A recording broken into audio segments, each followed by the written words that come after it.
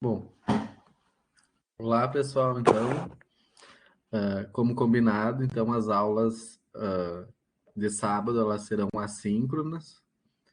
Dessa forma, então, é feita a gravação previamente e após, então, vocês podem assistirem no horário que for mais conveniente para vocês, certo? Eu não fiz uma aula muito extensa hoje, né, porque eu sei que é um pouco cansativo, um pouco monótono ficar escutando por muito tempo, né, uma aula sem haver interação, certo? Então, a aula de hoje ela vai ser sobre os biomas brasileiros. Bom, mas às vezes muitos de vocês devem se perguntar, nossa, mas um curso de viticultura e enologia, né? Por que estamos aprendendo isso? Mas, algum tempo atrás, eu diria até o início da década de 70, mais ou menos, inclusive vocês vão ver no curso mais detalhes nos próximos semestres, a viticultura ela estava restrita apenas aqui nos estados de Santa Catarina e no Rio Grande do Sul, né? Mais pelo aspecto da colonização, né? Tudo isso influenciou. Hoje, a gente pode se dizer que a viticultura ela está presente em quase todos os biomas, de maneira quase todos, né? Talvez só na Amazônia e no Pantanal é que não tem, né, uma viticultura de maneira comercial.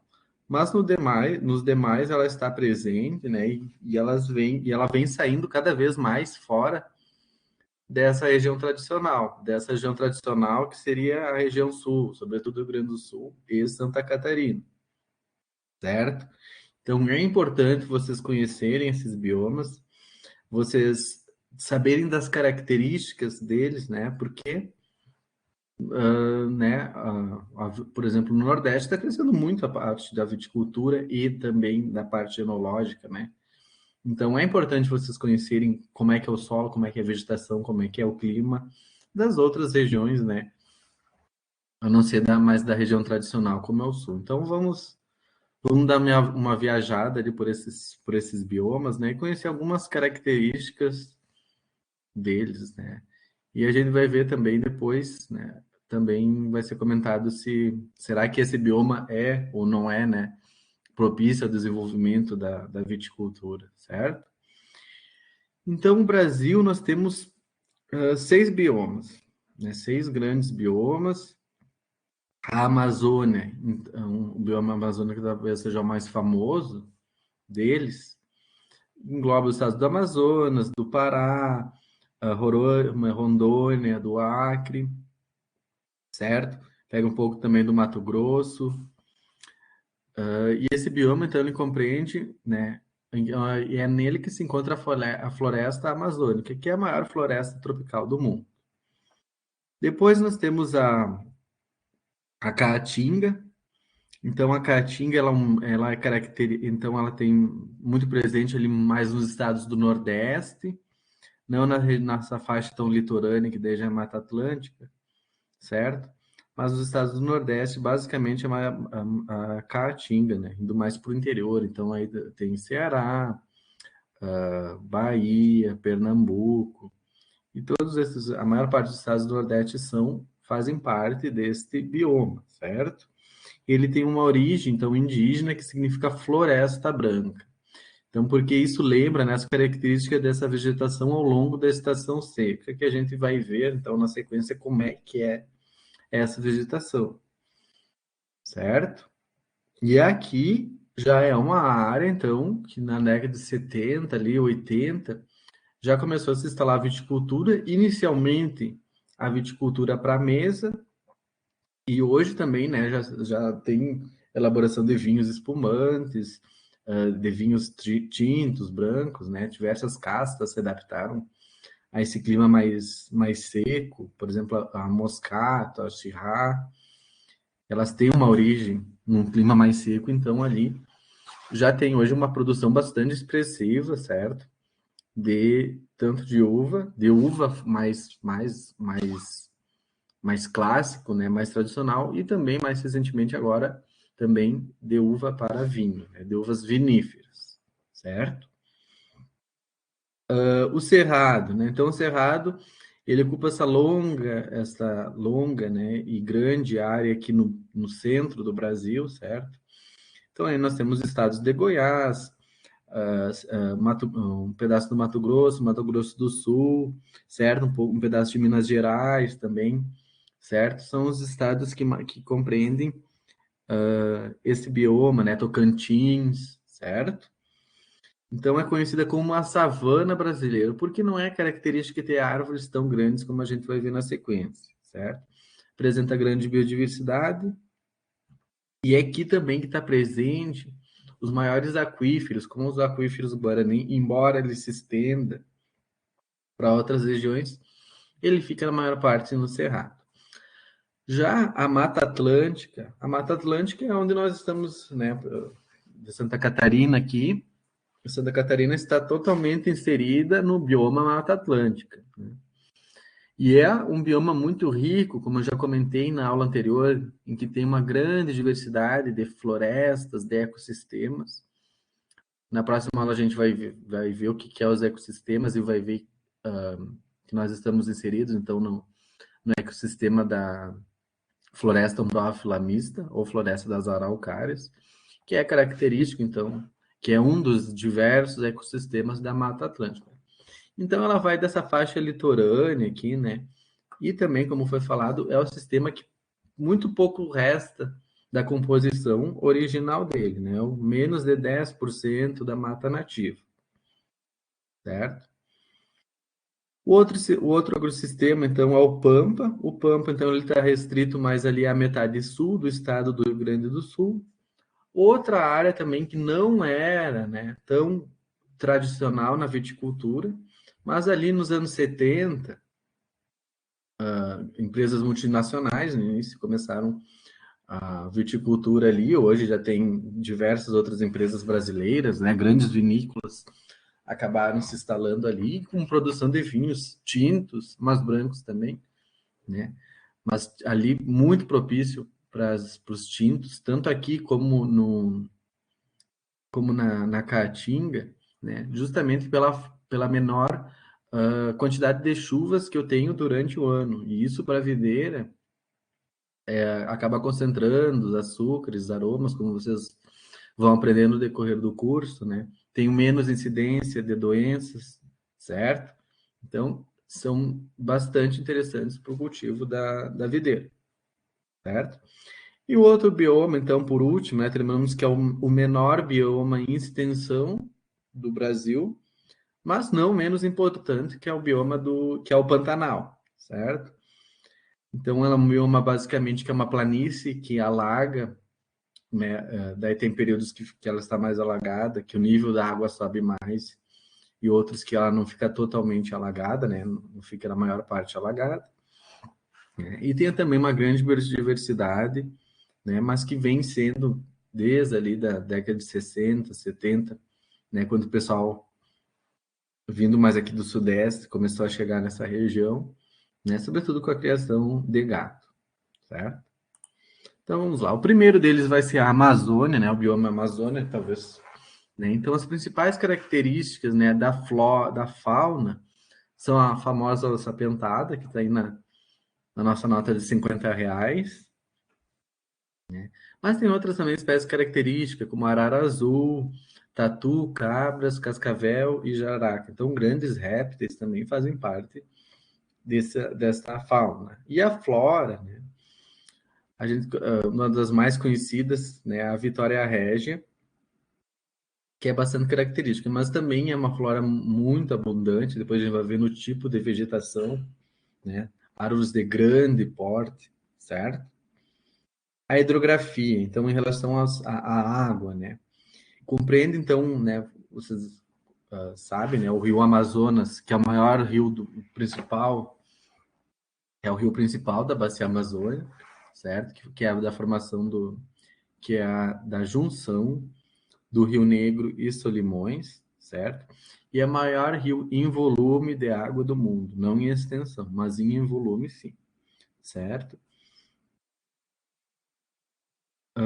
Já o clima daquela região, como é que é? Né? É um clima super úmido, né? compreende quente e úmido, né? Então, essa umidade relativa do ar, ela é durante todo o ano. Então, o índice, né? Aqui, enquanto a gente tem em torno de 1.600 milímetros por ano, lá eles têm 2.000 milímetros de chuva. Então, é muita chuva, né? Então, isso para videira, por exemplo, não ia ser um bioma muito indicado, porque as doenças também gostam de muita umidade. Então, imagina um míldio, que é a principal doença que nós temos aqui, ia se dar muito bem lá. Então, né, a princípio, né, não seria um bioma muito indicado para a viticultura, certo? E aí também essa grande quantidade de água ia fazer com que os compostos da uva, que dão aroma, que dão açúcares, que depois vai ser transformado no álcool durante a fermentação, como vocês também vão estar aprendendo durante o curso, né?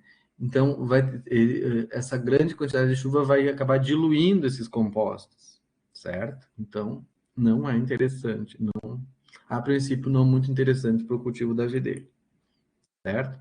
A vegetação, então, né, as matas de terra firme, compreende os estratos mais altos, então árvores de grande porte, e que essas aqui daí não são inundadas, né? Tem três tipos de matas: as matas de terra firme, as matas de várzea e as matas de igapó. Já as matas de várzea, então, ela fica inundada durante alguns períodos do ano. E as de igapó constituem o estrato mais baixo da vegetação e apresentam-se, então, mudado praticamente todo o ano, certo? O solo da Amazônia, então, ele é arenoso e ele é arenoso, certo? E ele apresenta uma camada de humus. O que é uma camada de humus? É uma camada que mais próximo à superfície desse solo, ela tem essa coloração um pouco mais escura pela matéria orgânica, ou seja, cai essas folhas aqui, né, ficam no solo e ali elas ficam se decompondo através da ação de micro-organismos e cria esse humus que é extremamente fértil, certo? Mas ele é extremamente fértil se eu tiver a mata em cima, se eu tiver árvores em cima. No momento que isso daqui é tirado, isso aqui viraria provavelmente um deserto, certo? Porque daí eu não ia ter esse suprimento de matéria orgânica, certo? Então ela não é adequada para o cultivo, certo? Né? Então, apenas, olha o que diz aqui, ó, apenas 14% do território da Amazônia pode se considerar fértil para práticas agrícolas, certo? Então, lá na Amazônia, o melhor que se tem a fazer, né, é deixar como a floresta ainda, porque não irá se prestar para cultivos agrícolas, certo? Bom, o segundo bioma, então, é o bioma cerrado, né? Esse aqui, então, o que tem bastante os animais, né? A fauna presente, né? Tucano, tamanduá-bandeira, né? Esse aqui também bastante famoso.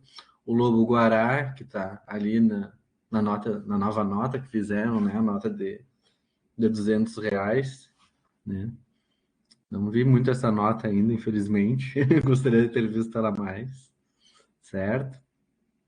E as espécies, então, ali muito comuns, ipês, angicos, jatobá, pequi muito utilizado na alimentação, né? Então, é muito rico em espécies, tanto para fins alimentícios, como também para fins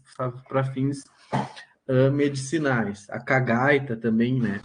Ela já tem esse nome, não sei se vocês conhecem essa espécie, mas ela causa constipação, né? Certo? Então, é uma espécie que tem que ter cuidado ao, ao consumi-lo, certo? Hidrografia, né? Então, ela abriga a nascente de muitos rios brasileiros, né? Então, compreendendo 12 bacias hidrográficas que a gente tem aqui no Brasil. E além disso, lá, como eu já comentei então no slide inicial, né? Existem grandes aquíferos como o Guarani e o Bambuí. O clima, ele é tropical, sazonal e tem duas estações bem definidas, certo? A estação seca lá, que eles chamam de inverno, e o verão, que é chuvoso. Mas é diferente nós que temos aqui né? De maneira geral, nós temos uma boa distribuição das chuvas, embora nós tivemos secas esse ano, certo? Mas geralmente, tanto no inverno como no verão, chove de maneira, né? É bem distribuído ao longo do ano a chuva, certo? Lá não. O período seco, então, inicia-se no mês. O período seco vai iniciar no mês de maio e termina no mês de setembro. E já o chuvoso, que é o que eles chamam então de verão, inicia-se em outubro e finaliza-se em abril. E quanto que é de chuva mais ou menos? Em torno de 1.500 milímetros por ano e com temperatura. Então, isso aqui também já é mais ou menos aqui na chuva, já não seria tão problemática aqui para o cultivo da videira, certo? Anual em torno de 22 graus. Tanto que para uva, não para vinhos, mas uvas para sucos, né? Americanas, sobretudo, já tem lá em Goiás, tem algumas não tão expressivas, né? Mas sim que tem cultivos de uvas, uva de mesa lá em Goiás, Mato Grosso, já existe, certo? A vegetação, então, ela é composta de formações típicas de savana, formações florestais e campestres, né? Campos, então, daí sim, com ausência de espécies mais arbóreas. E é muito característica, então, né, essas plantas, né, mais isoladas no campo, certo? Que seria, então, dominado mais por um extrato um pouco mais herbáceo ou arbustivo, e com algumas plantas mais arbóreas, certo? Dominando a paisagem. E essas plantas, essas árvores, né, esses extrato arbóreo, geralmente possuem um caule mais tortuoso, certo? Como vocês podem observar nessas duas imagens. O solo dele, diferentemente da Amazônia, o solo dele, ele é bastante, ele é profundo, ou seja, eu não vou encontrar aqui uma pedra, por exemplo, alguma coisa que impeça o cultivo agrícola. Então ele é profundo, ele é bem drenado, a água consegue se infiltrar ali, certo? Então tem uma boa porosidade e são permeáveis, né? Então, por isso que o pessoal, né, o cultivo agrícola se expandiu muito para o cerrado, está ainda se expandindo, certo? Porque ele tem características físicas, ou seja, né, ele tem bastante profundidade, não tem pedras, né, que então características físicas desse solo são bastante aptas ao cultivo agrícola, certo? Tem dois tipos de solos, isso vocês vão aprender nas disciplinas posteriores, né? Mas esse latossolo, então, o que que é? Latossolo é que geralmente tem essa coloração vermelha pelos óxidos de ferro, certo? Então, dão coloração avermelhada e são bastante ácidos. Então, tem que usar uma quantidade bastante grande de calcário para corrigir eles. Mas isso vocês vão ver mais nas disciplinas que vocês vão ter sobre solos, certo?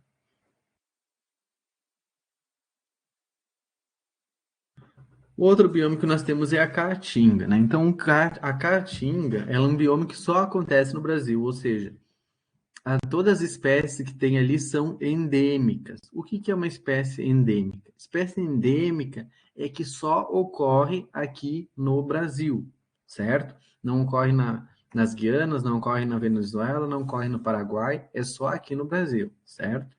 Então é exclusivo do Brasil. Isso significa endêmica, certo? São características, então, por exemplo, o umbu, né, que tem uma fruta que é bastante consumida lá no Nordeste, certo? Juazeiro, o xique-xique, que é essa cactácea aqui, então, é um clima bastante seco que você tem lá na Caatinga, como a gente vai ver na sequência. E a fauna, ela é rica em biodiversidade, nós temos como principais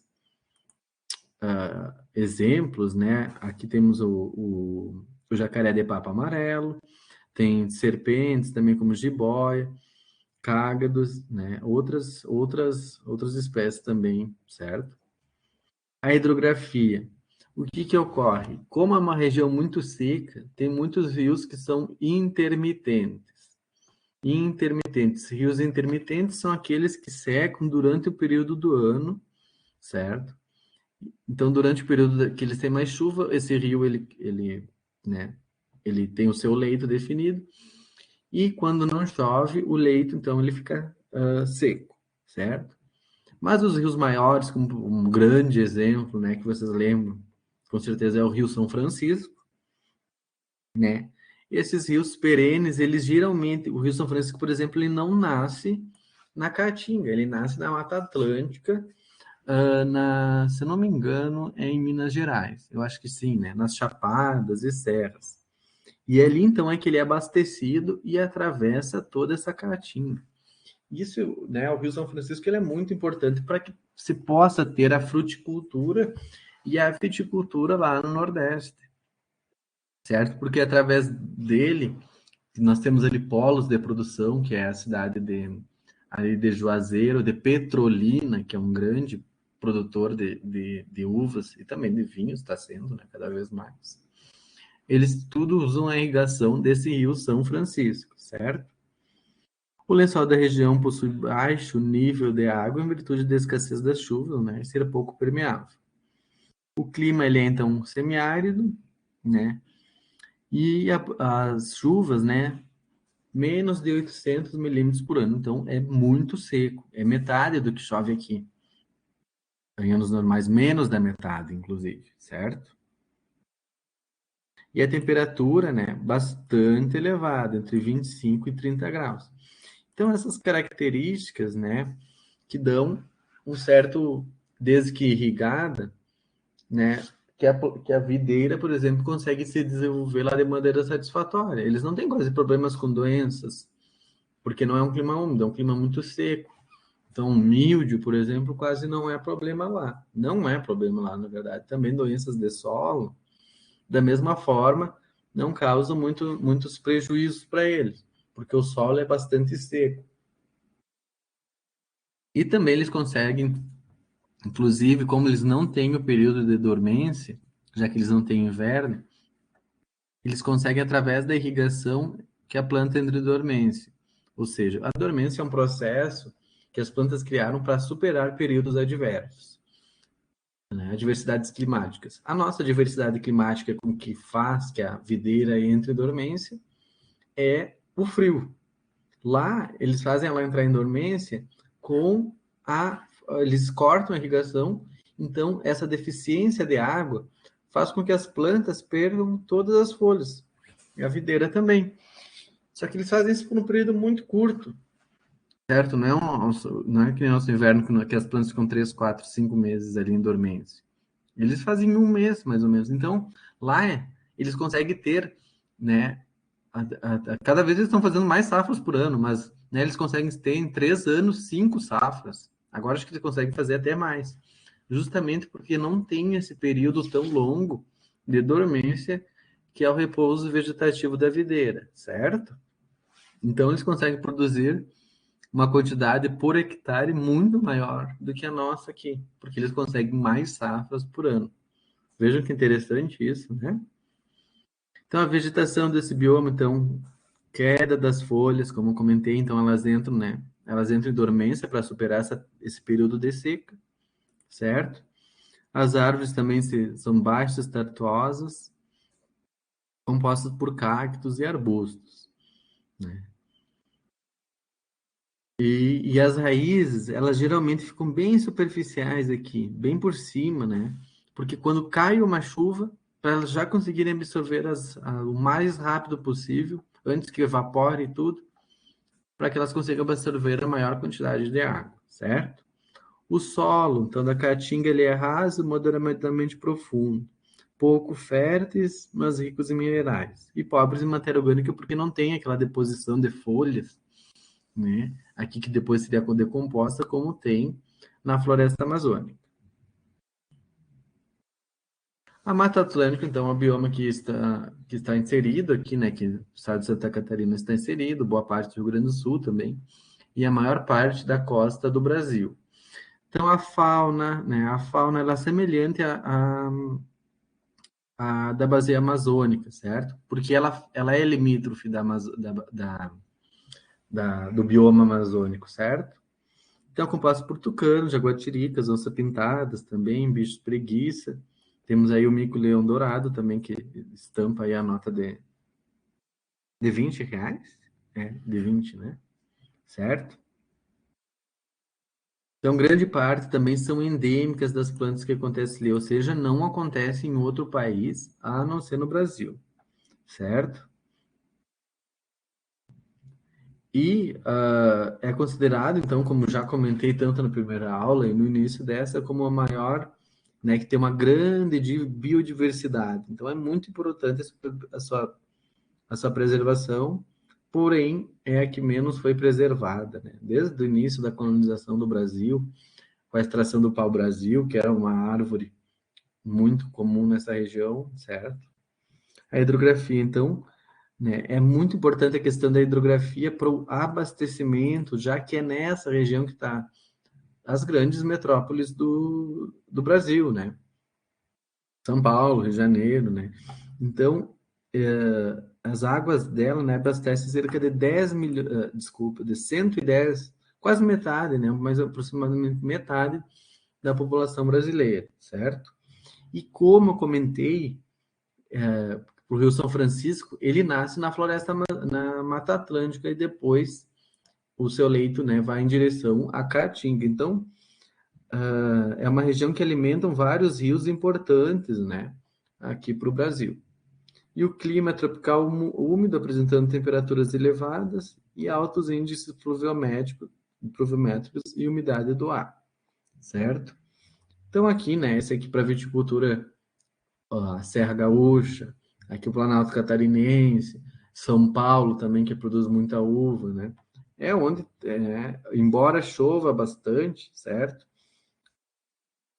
O que não é muito interessante para a videira, mas pelo fato da colonização e também da altitude, dá um terroir totalmente específico para esses vinhos, né? É na Mata Atlântica onde se concentra a maior parte da produção de vinhos, né, da viticultura no Brasil, certo? Tanto aqui na Serra Catarinense, como também na Serra Gaúcha, né, que são grandes regiões produtoras.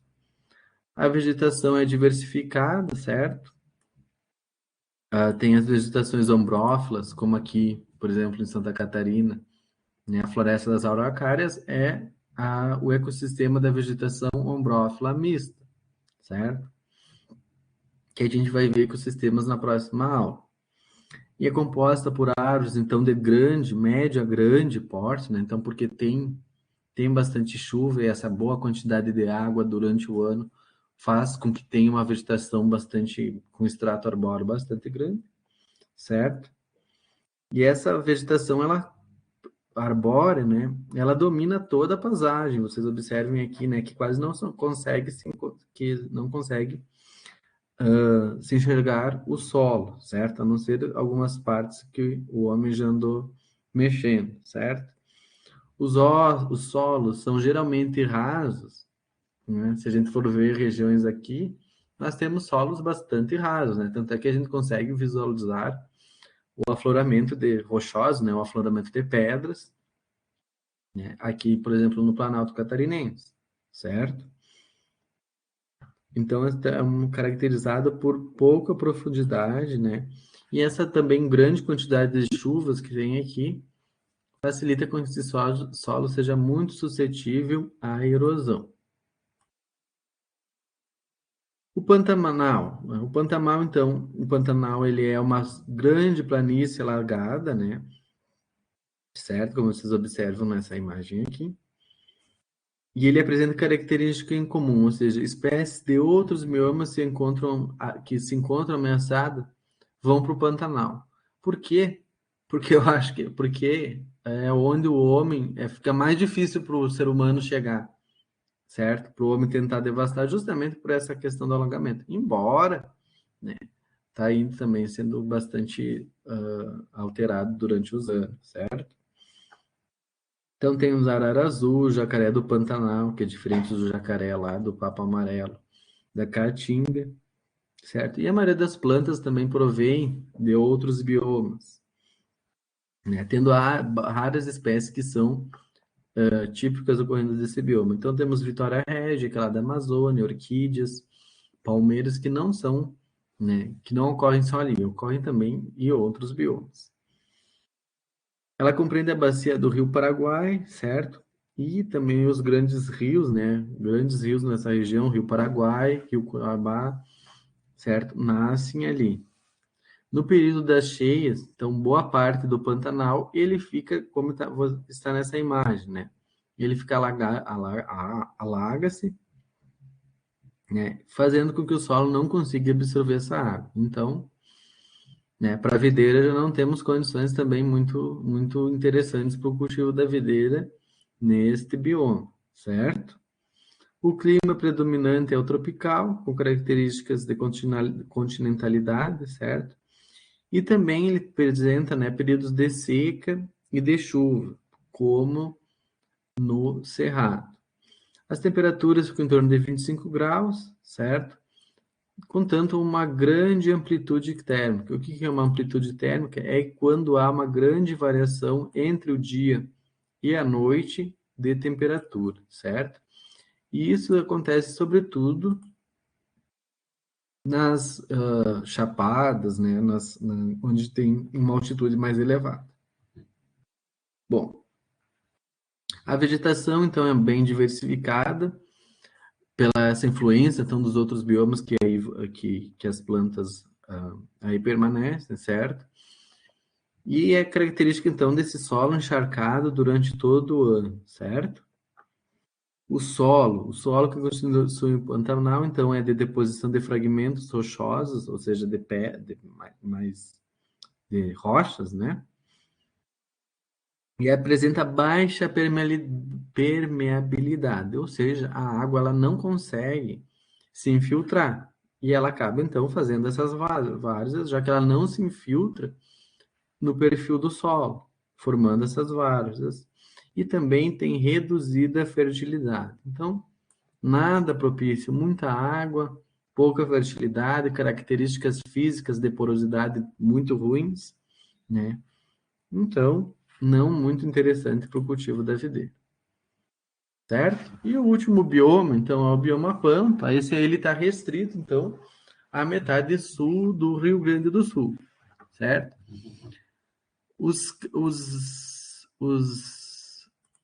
A fauna característica, então, é emas, quero-quero, João de Barro, certo?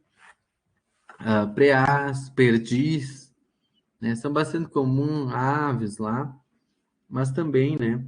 E o que predomina lá são essas gramíneas, certo? São campos. O bioma pampa é campos, né? A maior parte. Depois a gente vai ver também, tem os campos sujos, os campos limpos, né? Então, também até é impossível encontrar cactáceas, porque tem algumas regiões que chove bastante pouco, certo?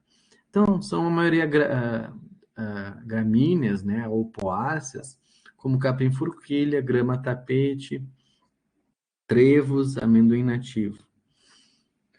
O bioma Pampa é composto por duas bacias hidrográficas, que é a da Costeira Sul, ou seja, que as águas vão desaguar no oceano, e a bacia hidrográfica do Rio do Prata, que vão desaguar no Rio Uruguai, e este então vai desaguar no Rio da Prata, certo?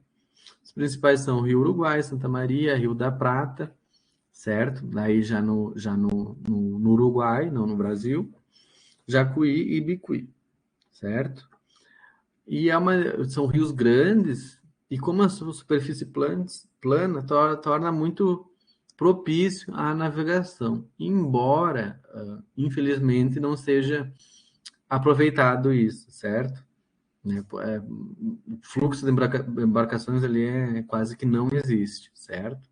Porque, como a gente sabe, né, a maior parte da nossa matéria, dos produtos são transportados no Brasil, né, pelas rodovias, sobretudo, certo? O que é uma pena, né?